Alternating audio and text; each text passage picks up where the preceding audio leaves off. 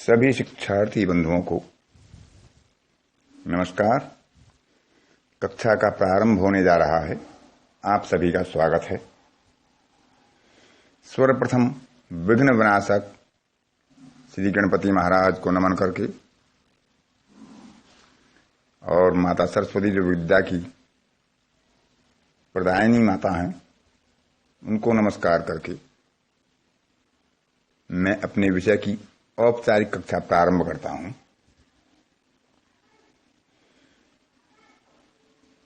सबसे पहले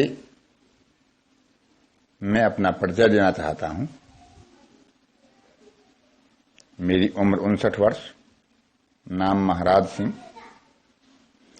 पिछले लगभग 2 दशक से मैं ज्योतिष में कार्य कर रहा हूं। उससे पहले 18 वर्ष मैंने विद्या भारती में आचार्य के रूप में काम किया था। वर्तमान में ज्योतिष का प्रचार प्रसार, शिक्षण, प्रेडिक्शन, जन्मपत्री बनाना, शुभ मुहूर्त देखना, इन कार्यों में संलग्न हूं। ग्रेटर नोएडा में रहता हूं और ग्रेटर नोएडा में आसपास के लोगों को शिक्षा रूपी जो ज्योतिष है उसका ज्ञान भी देता है।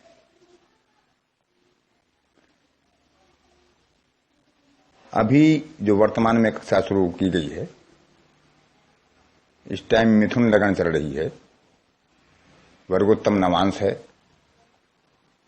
मिथुन बुध की राशि है और बुध ज्योतिष का कारक ग्रह है, बुध बुद्धि का कारक ग्रह है, बुध गणना का कारक ग्रह है और ज्योतिष के लिए गणना एक महत्वपूर्ण अंग है। हमारा एक वर्ष होता है 365 दिन का। इसे हम ज्योतिषीय भाषा में संवत्सर कहते हैं। संवत भी संक्षेप में कह देते हैं। संवत्सर को 2 बराबर भागों में बांटा गया है। उन्हें हम आयन कहते हैं, उत्तरायण और दक्षिणायन। जब सूर्य दक्षिण से उत्तर की तरफ बढ़ रहा होता है तो हम उसे उत्तरायण कहते हैं और जब सूर्य उत्तर से दक्षिण की तरफ बढ़ रहा होता है उसे हम दक्षिणायन कहते हैं। इसी प्रकार फिर एक अयन में 3 ऋतुएं होती हैं और कुल मिला के 6 ऋतुएं पूरे वर्ष में मानी गई हैं। उत्तरायण में प्रारंभ सर्दियों के अंत से होता है, यानी कि मकर संक्रांति से। जब मकर राशि में सूर्य का संक्रमण होता है वहां से उत्तरायण प्रारंभ होता है और जब कर्क राशि में सूर्य का संक्रमण होता है या कर्क राशि में सूर्य प्रवेश करता है तो दक्षिणायन प्रारंभ होता है। आप सभी जानते हैं एक वर्ष में 12 मास होते हैं। चैत्र, वैशाख, ज्येष्ठ, आषाढ़, श्रावण, भाद्रपद, आश्विन जिसे क्वार का महीना भी कहते हैं, कार्तिक, मार्गशीर्ष, पौष, माघ और फाल्गुन।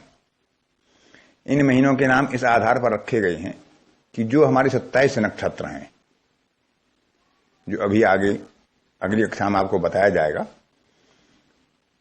तो जिस नक्षत्र में किसी महीने की पूर्णिमा का अंत होता हो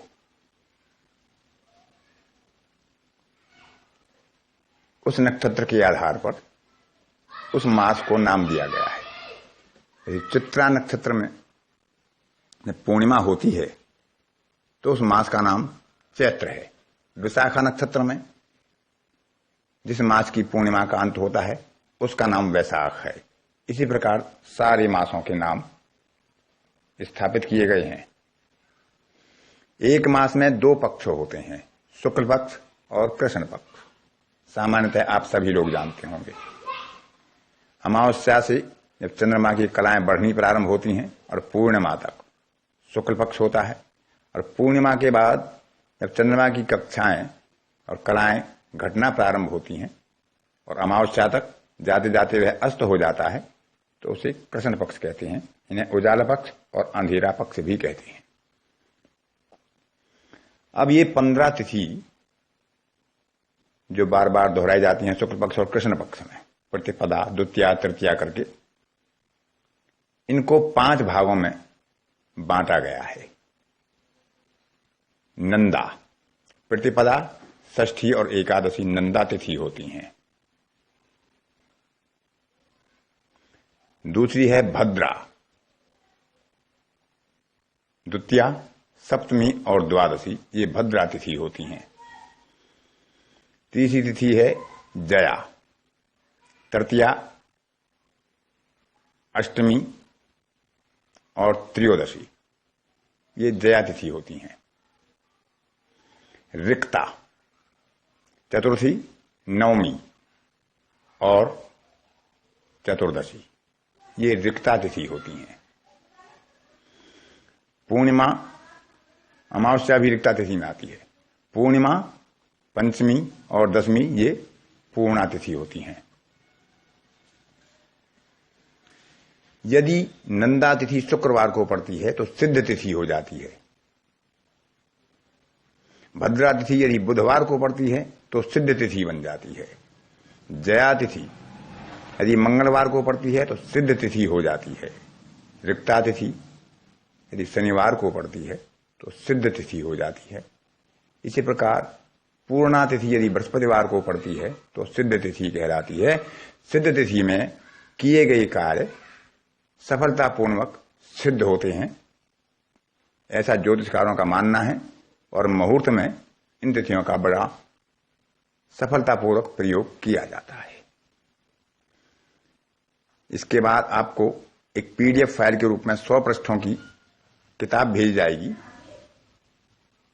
उसमें लगभग 10 पृष्ठ आप रोजाना अध्ययन करेंगे ताकि अगले 10 दिनों में आप उसको समझ सकें और उसी के आधार पर आपकी कक्षाएं चलती रहेंगी।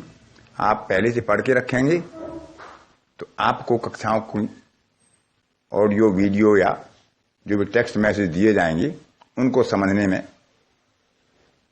सरलता होगी। धन्यवाद।